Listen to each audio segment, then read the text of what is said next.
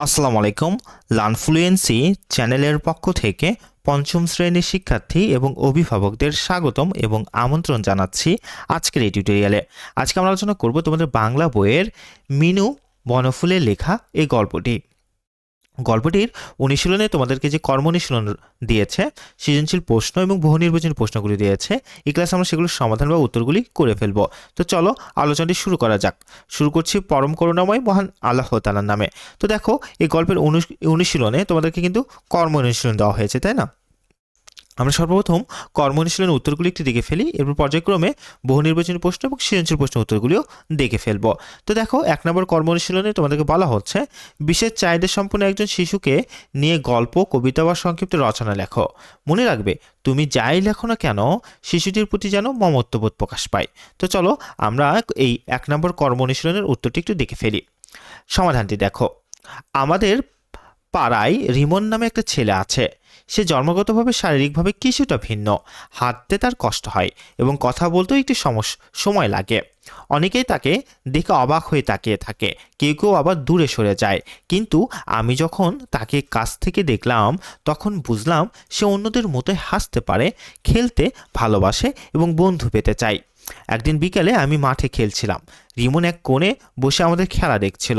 তার চোখে খেলতে না পারার কষ্ট স্পষ্ট ছিল। আমি তাকে ডেকে বললাম, তুই আমাদের সঙ্গে খেলবি। সে প্রথমে লজ্জা পেল, তারপর ধীরে ধীরে এগিয়ে এলো। আমরা এমন একটি খেলা বেছে নিলাম যাতে দৌড়াতে হয় না। রিমনের মুখে যে হাসি ফুটে উঠেছিল তা আমার জীবনের সবচেয়ে সুন্দর দৃশ্যগুলোর একটি। সেদিন থেকে রিমন প্রতিদিন আমাদের সঙ্গে খেলতে আসে। আমরা তাকে সাহায্য করি, আবার সে আমাদের অনেক কিছু শেখায়। ধৈর্য, সহানুভূতি এবং মানুষকে ভালোবাসতে শেখায়। আমি বুঝেছি বিশেষ চাহিদা সম্পন্ন শিশুরা বোঝা নয়, তারা আমাদের সমাজেরই অংশ।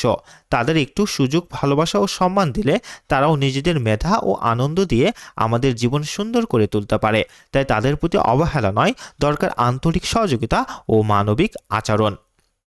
এরপরে 2 নম্বরে তোমাদেরকে যে আরেকটি কর্ম অনুশীলন থেকে কাজ দিয়েছে, দেখো যে বিশেষ চাহিদা সম্পন্ন শিশুদের প্রতি সামাজিক সচেতনতা সৃষ্টির লক্ষ্যে প্রচারণার জন্য পোস্টার ও লিফলেট তৈরি করো, তাই না? তোমাদেরকে পোস্টার এবং লিফলেট তৈরি করতে বলেছে।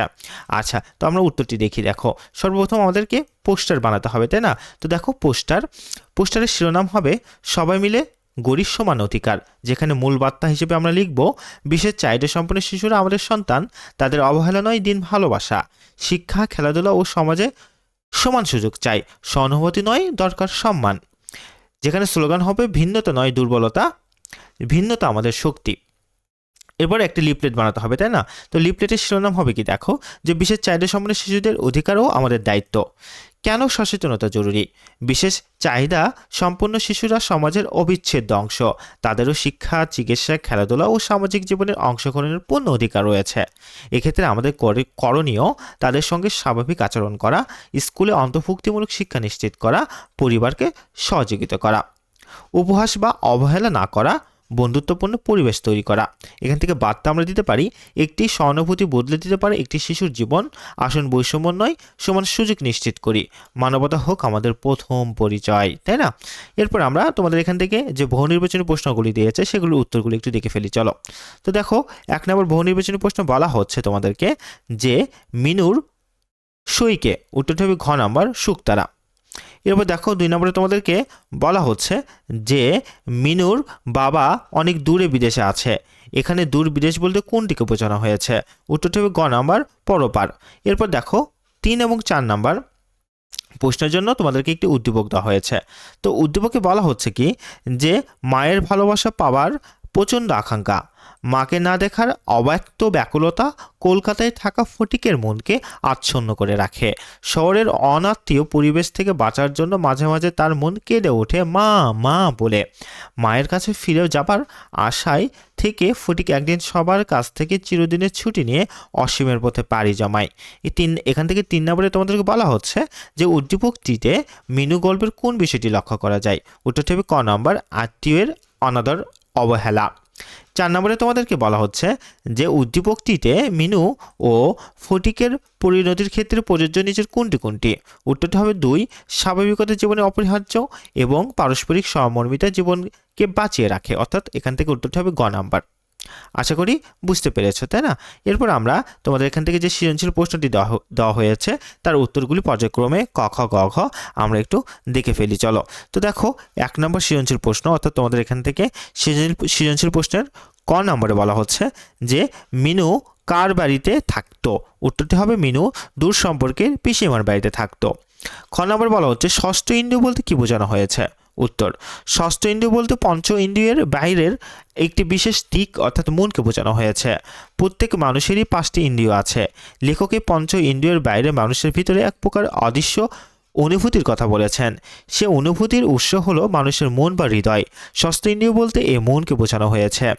গ নম্বরে বলা হচ্ছে, আচ্ছা, গ এবং ঘ নম্বর প্রশ্নের জন্য কিন্তু আমাদেরকে উদ্দীপক দেওয়া হয়েছে, তাই না? উদ্দীপকটি আমরা একটু পড়ে ফেলি, তাহলে খুব সহজেই আমরা গ এবং ঘর উত্তরগুলি বুঝতে পারবো। বলা হচ্ছে বন্যা সারা সকাল মিসেস সালমার বাসায় কাজ করে, তাকে খালাম্মা বলে ডাকে। সে মিসেস সালমার যাবতীয় কাজে সাহায্য করার চেষ্টা করে। দিবা শাখার একটি স্কুলেও সে পড়ে। পড়ালেখায় সে পিছিয়ে নেই, শুধু প্রকৃতির কোনো কিছুর সঙ্গে তার সখ্য গড়ে ওঠেনি। সে সময় বাতার কোথায়, তার নিজের জীবন আর কাজ নিয়ে সে ব্যস্ত, প্রকৃতিতে নয়, নিজের কাজে সে শান্তি খুঁজে পায়।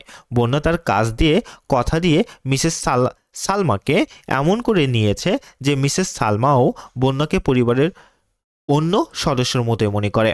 তো এখান থেকে গ নম্বর প্রশ্নে তোমাদেরকে বলা হচ্ছে যে অবস্থানগত দিক থেকে উদ্দীপকের বন্যা ও মিনুর মধ্যে যে বৈসাদৃশ্য লক্ষ্য করা যায় তা ব্যাখ্যা করো। উত্তরটি দেখো, শারীরিক অক্ষমতা এবং মানসিক অবস্থার বিচারে উদ্দীপকের বন্যা ও মিনুর মধ্যে বৈসাদৃশ্য লক্ষ্য করা যায়। মিনু গল্পের মিনু বাক ও শ্রবণ প্রতিবন্ধী মেয়ে। বাবা মা না থাকায় দূর সম্পর্কের আত্মীয়দের বাসায় থাকে। সে বাড়ির সকল কাজ মনোযোগ দিয়ে করে। তার কোনো সঙ্গী না থাকায় প্রকৃতির সঙ্গেই গড়ে উঠেছে সখ্য।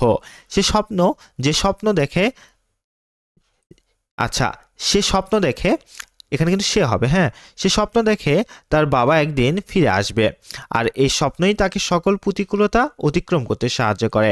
উদ্দীপকের বন্যা যে বাসায় কাজ করে সে বাসায় সে সদস্যর মতো হয়ে উঠেছে।